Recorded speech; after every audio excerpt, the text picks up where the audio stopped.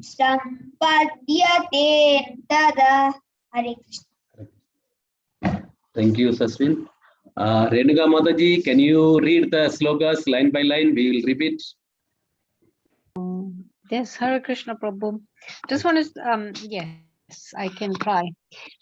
Yada. Mataji, we slokas line by line. You know, we do practice slokas like one line by line. So I'll just read the whole sloka and you repeat then. Yes, one line. Then we will repeat. Okay, yeah. Yada bhuta prathag bhavayam eka satam anupashyati. Is that correct, Prabhuji? No, it's okay. Not bad, Mataji. One line, then we will repeat you. Okay. Yada.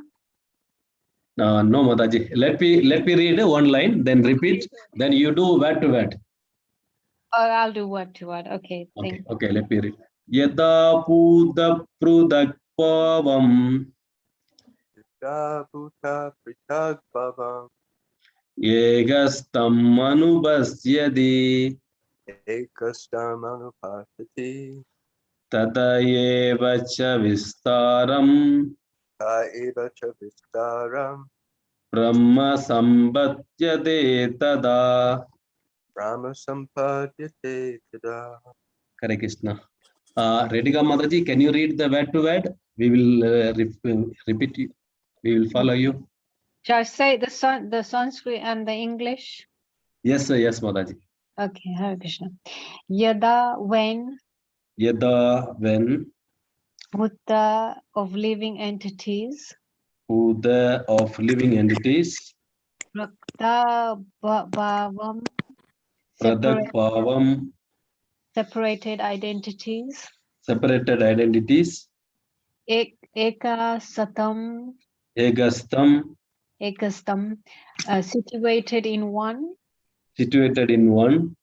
Anupasyati.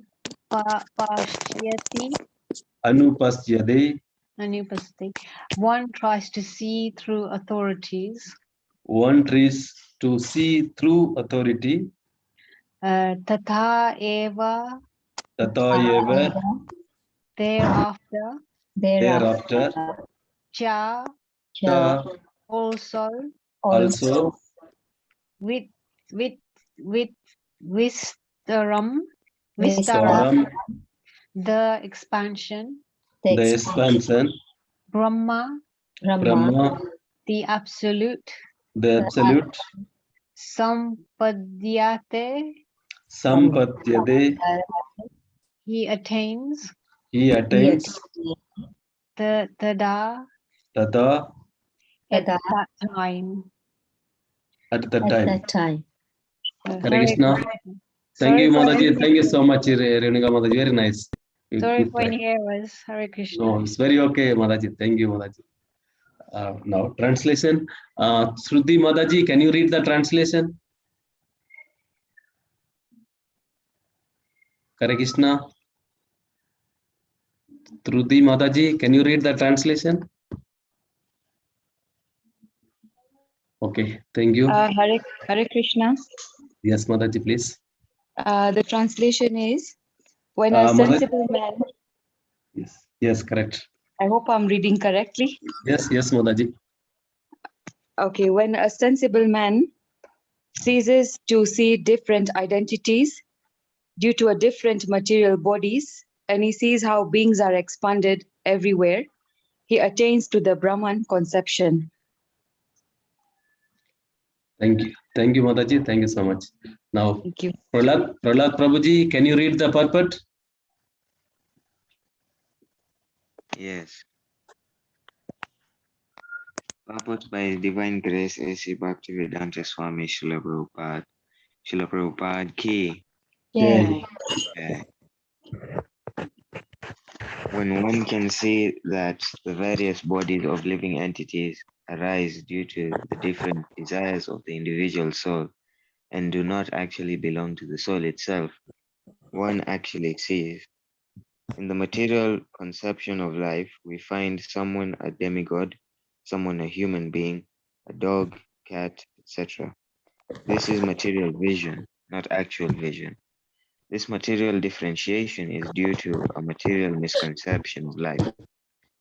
After the destruction of the material body, the spirit soul is one. The spirit soul, due to contact with material nature, gets different types of bodies. When one can see this, he attains spiritual vision, thus being freed from differentiations like man, animal, big, low, etc. One becomes purified in his consciousness and able to develop Krishna consciousness in his spiritual identity. How he then sees things will be explained in the next verse. Hare Krishna. Hare Krishna. Thank you so much, Prahlad Prabhuji. Thank you. Prabhuji, now over to you, Prabhuji. Om Gyanatimarandasya Vinangana Shalakya Takshuranamitam Jaina Tasmai Shri Gurave Namaha. I offer my respectful obeisances unto my spiritual master who has opened my darkened eyes with the torchlight of transcendental knowledge.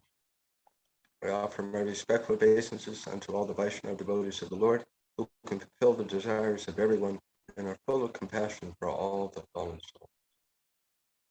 Jai Shri Krishna Chaitanya Prabhu Nityananda, Shri Advaita Gadadhar Srivasadi, Shri Gaur Bhaktivinoda.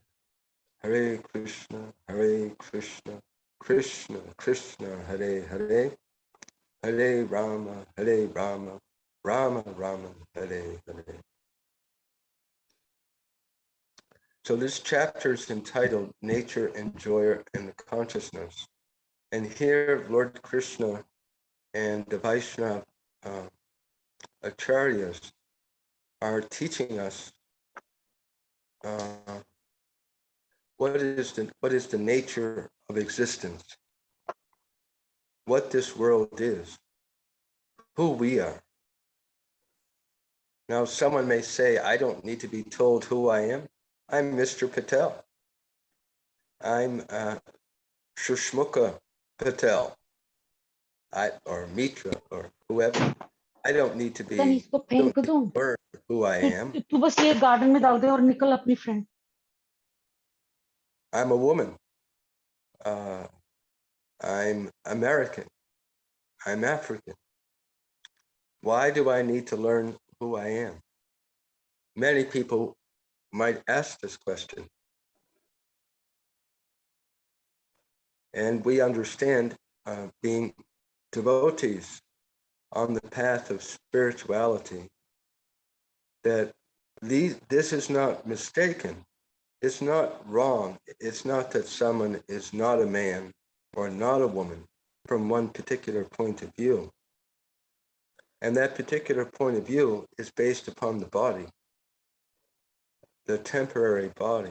All of us have a particular body, and it's labeled in different ways.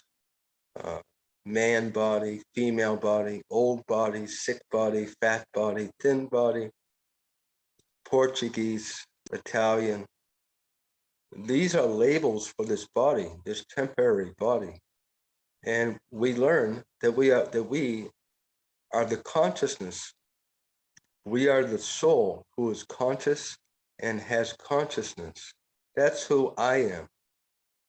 I am conscious of this body. I am conscious of other bodies. I'm conscious of this world. But I myself, Nityam Shashvato Ayam Purano, Lord Krishna teaches in the second chapter that myself is eternal, Nityam. Nityam Shashvata, without beginning, without end, Nityam Shashvata, Purano, eternal. Very, very old. Actually, there's no question of age. When we say eternal, it means no beginning. It doesn't just mean that we never have an end, but we never had a beginning, which is an amazing thing to meditate upon. So we understand that this realm, this world that we live in, this universe, it's inhabited by so many souls who are inhabiting particular bodies. This is what the 13th chapter is teaching, and that we are part of the Supreme Soul, the Supreme Spirit. At the end of this 13th chapter, Srila Prabhupada will instruct that all of this information is meant to be realized. It's very important information. It is the essence of spirituality. Where is spirituality without a spiritual conception?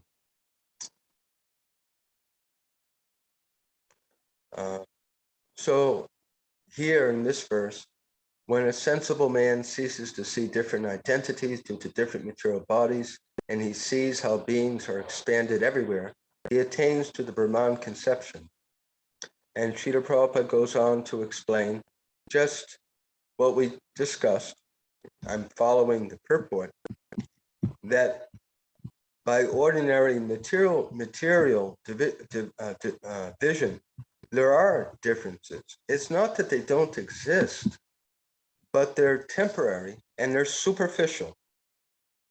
And the absolute wise vision is that I am an eternal spark of the Supreme Spirit, of the Supreme Personality of Godhead, and I am inhabiting a particular body which has a particular designation. And maybe that this body is designated as African because it appeared in Africa, or young, old, woman, man, so many different characteristics of the external body, which are true in a relative way. But they are not my eternal identity. Right now, I may have a body which is called African or American, but in 80, 90, 100 years, where will I be? What kind of body will I have then? What kind of body did I have 100 years ago? So these are perhaps amazing things to contemplate. Where was I 100 years ago? Where was I 1,000 years ago? We were in a different situation. Most likely, we have had many families before the families we have. We have been part of many, many families. And this is just another drama on the stage of the material world. I say, this is my son, or this is my daughter, or my parents, but really they are no younger than I am.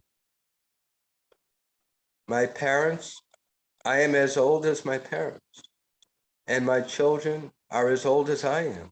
We are all eternal.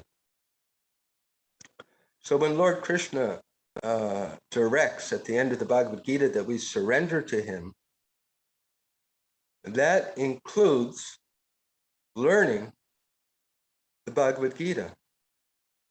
It's not that we just, although it's definitely part of it, but that we, with feeling, we surrender to Krishna. We acknowledge that Krishna is there and that we are subordinate to Krishna, to God, and we mindfully acknowledge that, and we surrender the fact that there's a supreme being, and it's our healthy identity to have a good relationship with that supreme being. But surrender is not just a feeling. And just like when someone surrenders on the battlefield, they, it's not that they say, I surrender, and then they go home and just go on doing what they were doing, but they're going to be following the instructions of who they surrender to. Just like we go to a doctor and we say, I surrender to you. You are the most capable. You understand how to guide me. And then we go home. No, the doctor's going to give us specific instructions. And that's part of surrender, or taking the advice or taking shelter of someone that we have confidence in that can guide us. So the Bhagavad Gita contains a lot of specific information which we are advised to learn for our own benefit. We come to find that God or the Supreme is not some egotistical person who's just trying to be the boss, but rather, just like us, when we have children, we're caring and we think about the welfare of our children and we try to do our best to provide for them. And it's only makes sense that the Supreme Being or the Supreme Personality also has these kinds of thought patterns. God is all good. But someone may say, well, if God is all good, then why are there difficulties? And then the question may be asked, well, are you following God's advice? Just like if we have a father or mother who are more than willing to give us advice how we can have the deepest happiness and the most auspiciousness. But if we don't actually follow their instructions, then that's our choice. That's our choice. And the parents will feel, good parents will feel unhappy that, I've offered, let's just say it's good advice. And my children are, for some reason, not accepting it. And then we may see that they end up in a less than fully happy situation. So we feel bad about that. And so Krishna is the same way. I mean, we have free will. At the end of the Bhagavad Gita, Krishna says to Arjuna, do whatever you want. I'm not going to force you. Although from another point of view, our Father does arrange so that ultimately we do surrender because he knows that's the best thing for us. So this world is arranged, the saints, they share with us that this whole existence is designed to frustrate us. Not just frustrate us, but to give us, what's the word for it? Stimulus, to motivate us to revive our full spiritual health so that we inquire, why am I not happy? Why don't I feel fulfilled? Why is this world such a crazy place? So then we ask questions, and there's higher spiritual beings, prophets and avatars and wise persons who are in touch with the divine, and they are channels. God sends information to us through channels, but it's up to us, just like us and the doctor. We can accept or we can reject.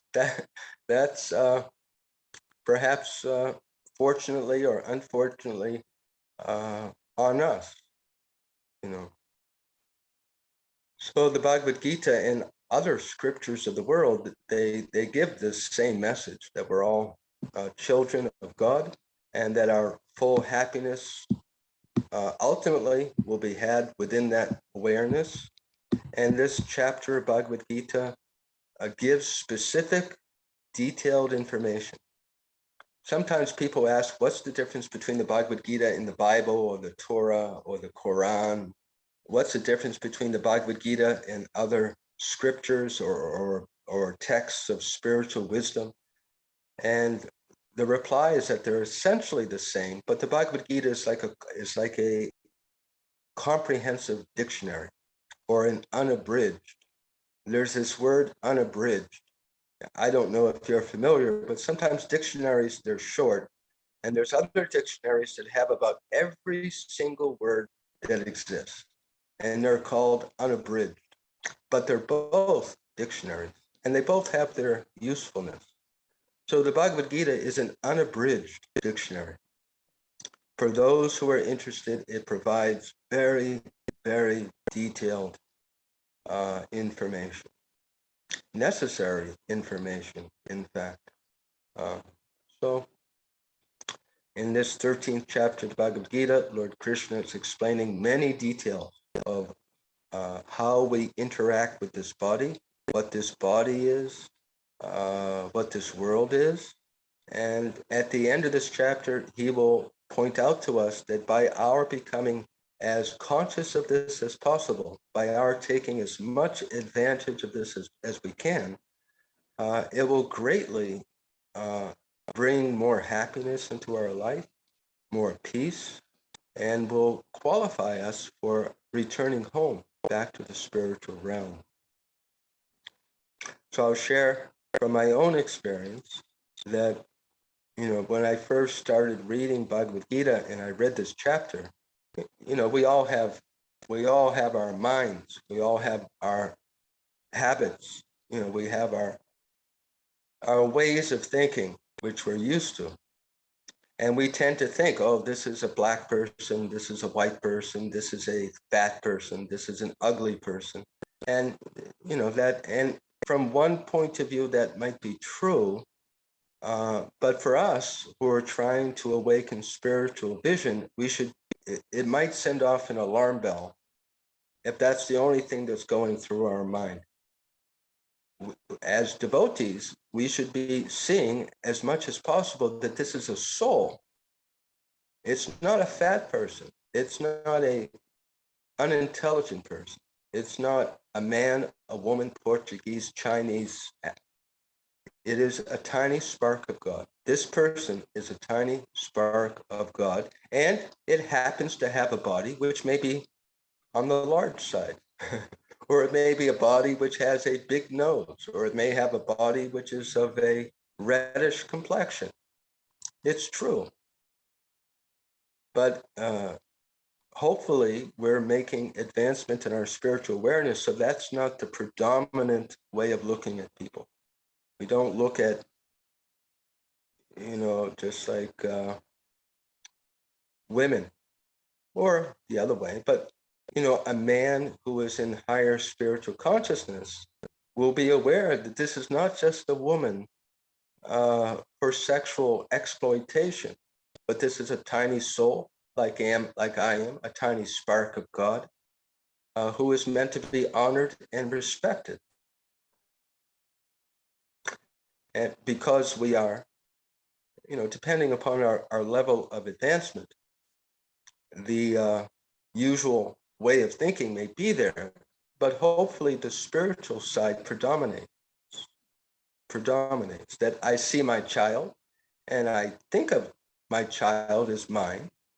And certainly our children are in our care, and we are responsible for them, and we have affection for them. But at the same time, we have the higher wisdom that we are both part of God. And right now, this soul happens to have a body which is smaller than mine, younger than mine, and the relationship temporarily is as child and parent. But perhaps in our last life, it was the other way around. Perhaps she was the parent and I was the child. So this is spiritual, an idea of spiritual thinking and spiritual vision. So I believe we can see how, as people develop this, a lot of conflict in the world would go down, wouldn't it? People would stop thinking of themselves, would start thinking of themselves more as similar instead of different. It's not just those crazy people from Finland, but these are my brothers from Finland.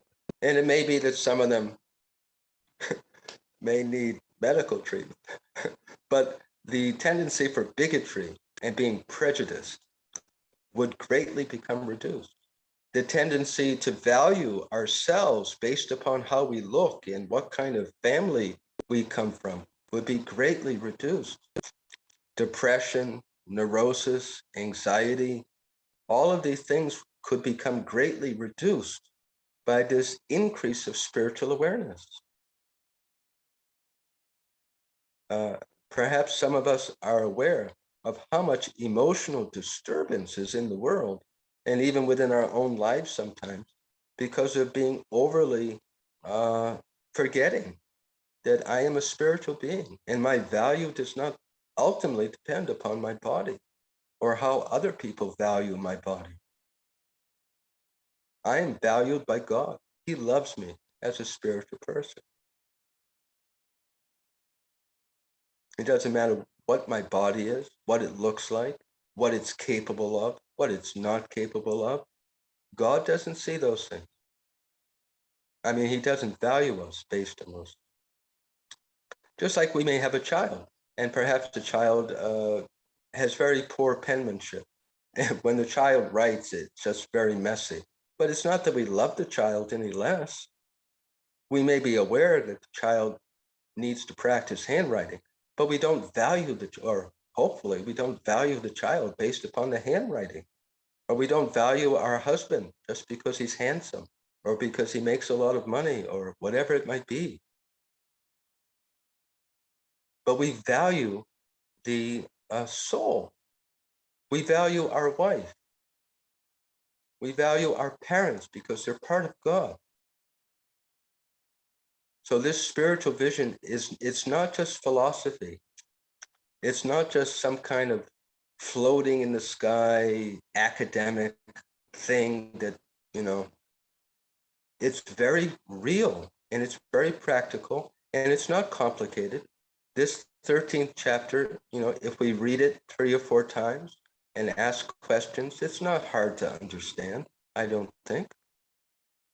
And then by our sadhana, by our chanting and mantras and living a pure life, we can actually experience it.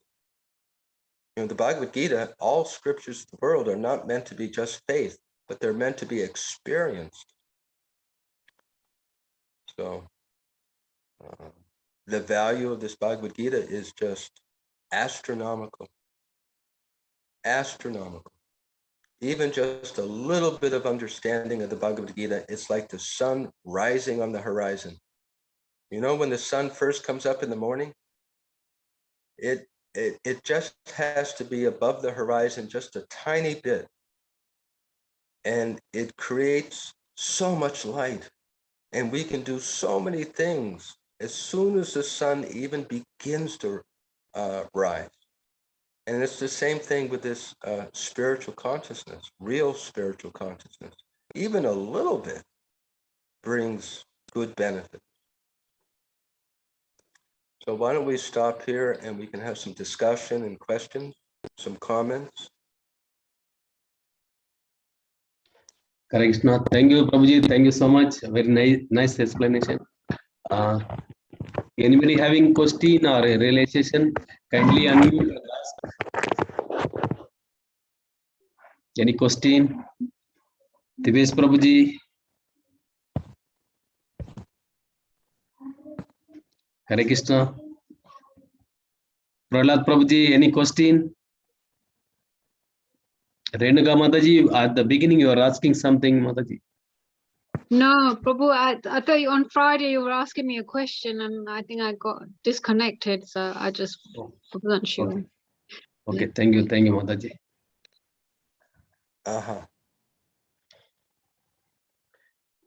Okay, I think no question. Prabhuji, Bharata Prabhuji, hand over to you, Prabhuji. No, it's okay. I think there's so many more time also we have. Please, you can explain more so that we can understand. Yes, Yeah. Prabhu, please. Yeah, All more right. 10 minutes, 15 minutes, so we can go. Very good. So looking at the purport, we'll go through it. So Srila Prabhupada comments that the various bodies of souls, they're there because of the different desires, because of desires that we have or had in the past. We get a particular body, and it's not actually ours. Just like we have a car, it is ours in the sense that temporarily we own it, but ultimately, even the materials of the car, we don't own the material. We didn't make the material. So then in the material conception of life, people seem to have different identities. And seeing those identities only is called the material conception. But after the destruction of the body, we still exist. Now, Srila Prabhupada says the spirit soul is one.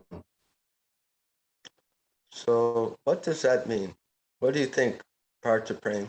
What does that mean? The soul is one. That's an interesting use of words. Yes, Prabhuji, because it is the soul comes from the super soul Lord Krishna, and like Kirudari Sai Vishnu, in everywhere, like Paramatma, in everybody's heart.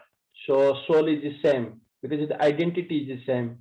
Maybe I am in a human body now, next birth maybe a animal body, or next birth maybe in a plant's body. Body is different. This is outer side is different, but the original part inside, it is from the Krishna or from Lord, and it is called Paramatma. The soul is the same for everyone. Yes, that's how I understand it. That we are all the same. We're all spiritual beings. We have different spiritual identities. There is spiritual identity. It's not that, when we say the soul is one, we all have different rasas with Krishna. We all have different relationships with Krishna. There's different details in the way that we relate with him. But we are all eternal, full of bliss, full of knowledge in our original situation. So then Srila Prabhupada come to say that because we come in contact with this material world, there's different bodies. And when one becomes purified in our consciousness and develop Krishna consciousness, then we don't focus on the material distinctions. Is that how you understand it, Partha? It's not that we're not aware, but we don't function only on the basis of that identity. Yes, Prabhuji. When we develop our senses, we saw not saw the outer side, not see the body. We see the inside. What is this one? This is the soul, and we all are equal. Then he can above of this conception. Yeah. So how do we think? What do you think? Someone else can also suggest. So here we are today. So how do we go from here today, right now, to having this consciousness fully? How do we do that? What do I do? Explain to me, Partha, or someone, what do I do? It's so very difficult. It's very difficult, and to understand everybody is equal. Even in your family, we not consider like that. We have discrimination all the time. It is also very difficult to see like a samadarshi, to see equal vision. It is very, very difficult. Without we are not surrendered proper and 100% not surrender and not committed to a bona fide spiritual master, and without any commitment, there is like a, yes, I supposed to be committed to go on spiritual life and know what we are, our spiritual journey. Like we are just coming 1 hour, 2 hour, or doing some seva, or doing some donation, or doing some work. It is very difficult. It is needed 100% commitment, 100% sacrifice, 100% surrender. Yeah. This is my realization, Prabhu. Maybe different devotee have different realization. I'd like to, that was very good. Thank you for sharing so openly. One thing that crossed my mind is that Srila Prabhupada explains to us, and these bhakti scriptures explain that in the beginning, at least, God is seen through the ears. That the spiritual nature is seen through the ears. Mm-hmm. And therefore we have to, it's where we are instructed that we have to hear again and again and again. We have to listen to lectures and study the scriptures so that we're reminded. And then we can remind that when we're speaking to someone or when we're in any situation and we see that our mind is thinking materially, we remind ourselves, wait a minute, no, this is not just whatever we're thinking, but we replace it that this is a spiritual being. So it's practice. we practice. Yeah? Is that helpful? Yes, Prabhu. Yeah, Shravanam. Yeah, when Shravanam. we heard, then again and again, then it is come to our mind, then we can visualize, then we can progress. Yeah, because as you say, we're so habituated. It's not going to go away today or tomorrow just because we hear it once. We have to be patient with ourselves, I think. You know. Does anyone else have comments? Yes, Prabhuji. Yes, Prabhuji. For example, we have like somehow or other, we have get contact of this sadhu sangha, like Zoom class we are doing, and every day we are reading Srimad Bhagavatam one verse, and different mentors and different devotees giving their explanation. Or somehow we have detached from it. Maybe some circumstance came, I not join again, and I forgot Krishna consciousness, and I will not progress on that one because I am too much busy in my material life. Then what will happen? Is it, can we get any another, so what is happened on my life? So can you explain, please? Why people hear this and then they forget it, or what happens if they do forget it? No, maybe somehow he is not able to join, not able to communicate, not able to associate, not able to Yeah. read, not giving time. So somehow, but he giving so many days, then he stops his journey, spiritual journey. So what will happen of that soul? Yeah. I think you quoted a verse a few weeks ago. What Niabragama no Shoasti Pratyavayo no Vijite Swalpam Apyasya the Dharmasya Pratyavayo no Vijite. That once having begun, one never loses the spiritual advancement that one makes. It may be that because of because of serious sinful actions in the past, it may become so challenging that we go away from Krishna consciousness, or we make a bad choice. But as soon as possible, it may be the next life, Krishna will give us another opportunity. We will meet a devotee at the store who will give us a book or invite us to the temple, and we will wake up again.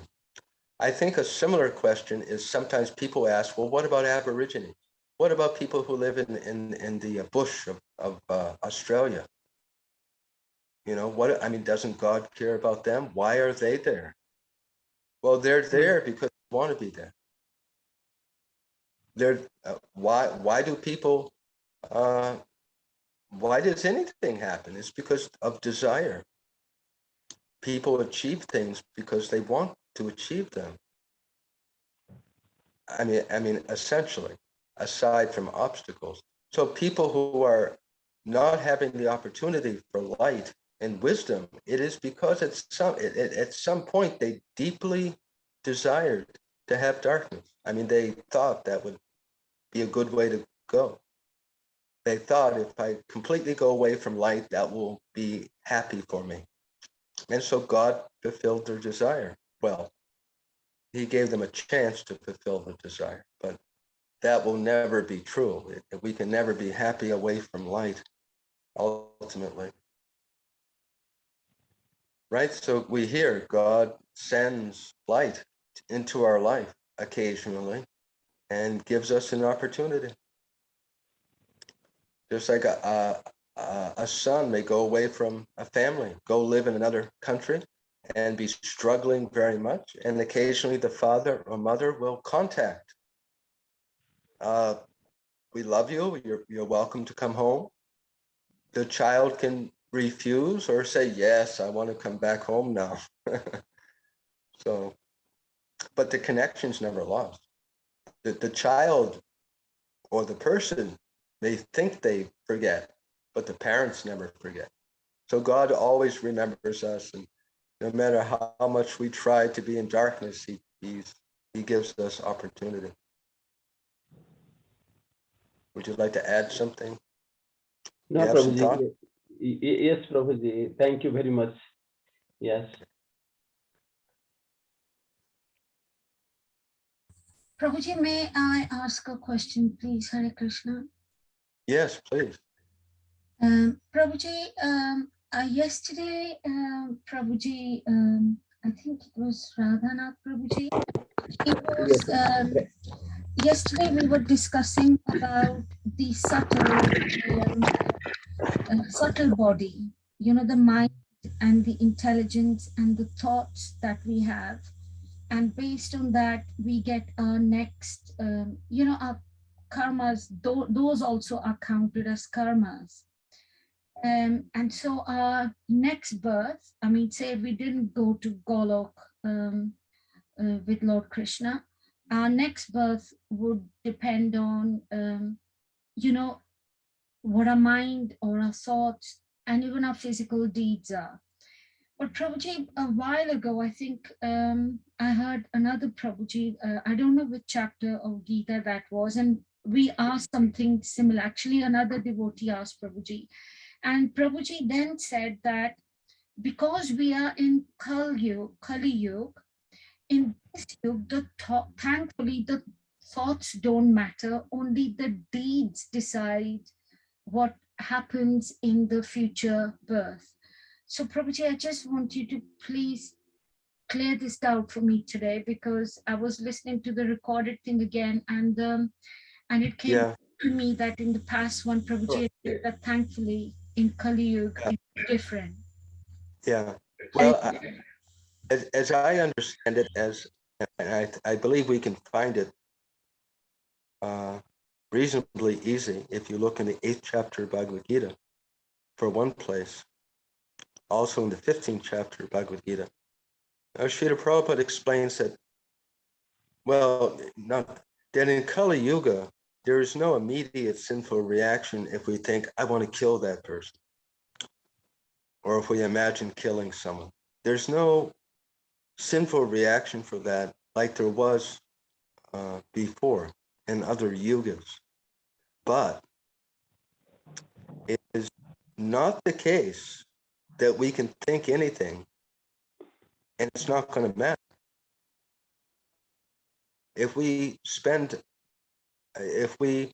allow our minds to dwell in a vengeful mood, angry mood of attacking other people, what will happen when we leave this body? Our thinking patterns are definitely going to have an effect upon where we go after this life. It may be that we're not immediately penalized and put in jail, or we suffer some specific reaction because of thinking, oh, I want to steal that pocketbook from the store. But if we don't cultivate proper thinking patterns, our thinking patterns are definitely going to determine what happens in the future. There's a famous saying that, forget exactly how it goes, but because of desires, we think in a certain way, and because of thinking in a certain way, we develop habits, and those habits develop a certain character. So they're very powerful thinking pattern, and we are advised to cultivate a thinking pattern of selflessness and giving, especially serving Krishna, but serving people in general. Sattva guna. So, I don't know, perhaps you didn't understand it as he intended, or perhaps somehow it wasn't presented in a clearer way. But as far as I know, that's the understanding. No, Prabhuji, I've understood now, because it's just completed the loop. I can't share. Sorry, Prabhuji, I've understood now, because what I was hearing yesterday, I was just focused on the yesterday. But when I was listening to the recorded version, you see, it took me back to once before when one devotee had passed that. I was questioning this myself. What I was thinking, maybe we are thinking such negative thoughts, then the place where Krishna is taken by negative thoughts, isn't it? Then we can't put Krishna there. because they don't go hand in hand, isn't it? Yeah. Yeah, there's a number of activities which are not necessarily sinful, but if we allow them to go on and go on and go on, they're not helpful for our spiritual life. Just like it's not sinful to eat as much as to cook and or make offerings to Krishna and eat. It's not sinful. But if we eat at irregulated times and we just allow our mind to tell us, eat this, eat that now. I just had lunch, eating a half hour later. That won't be helpful for our spiritual life. In marriage life, there is license for sense gratification, but if we are not regular and whimsical, will greatly damage spiritual life. So it may not be grossly sinful, but it's not helpful. You see? So like that, thinking, our thoughts, it may not immediately bring a reaction, but it will have some effect.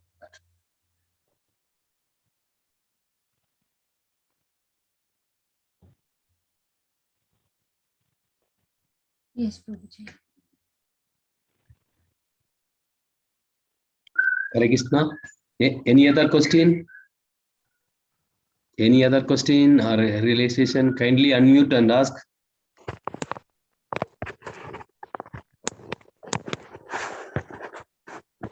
Okay, I think no question. Partha Prabhuji, hand over to you, Prabhuji.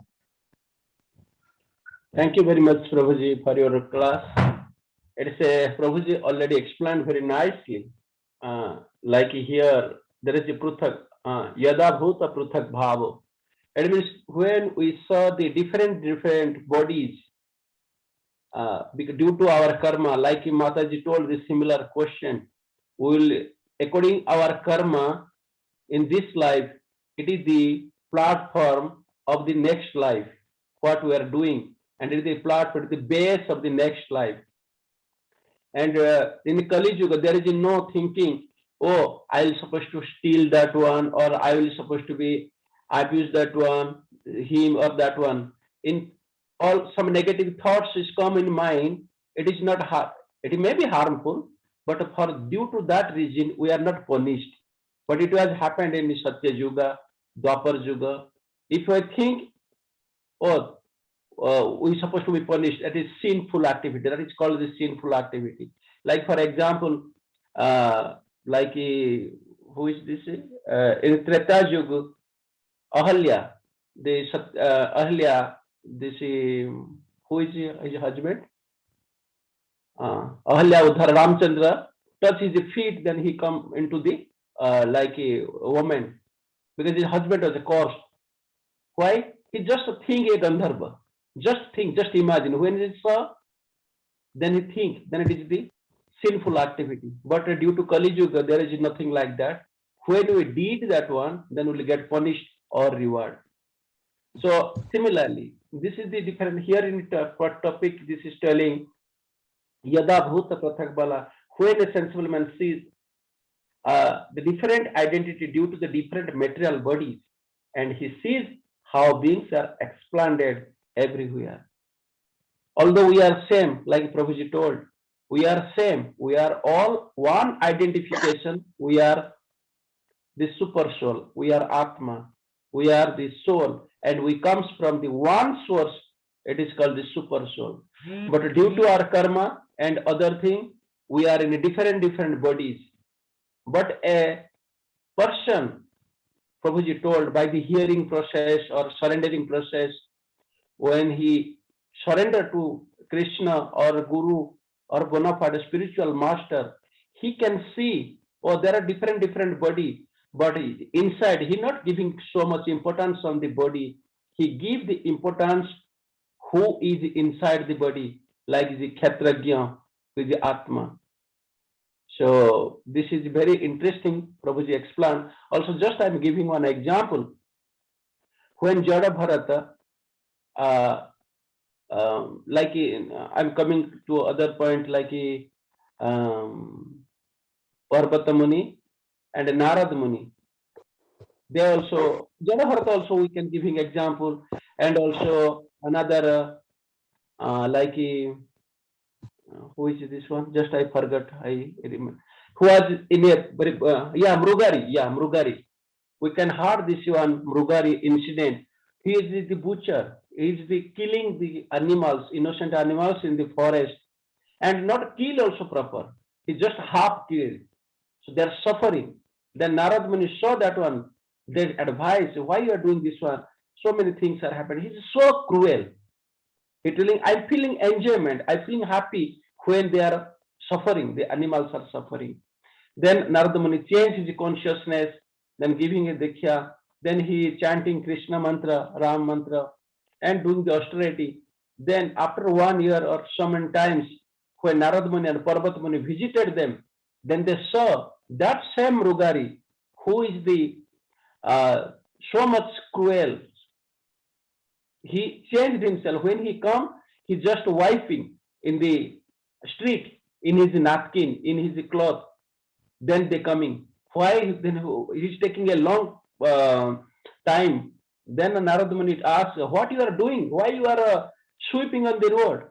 Then he told, I saw there are so many ants, there are so many insects in the street. Then how can I kill?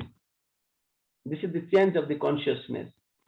Before this Mrugari, as a hunter, he's killed.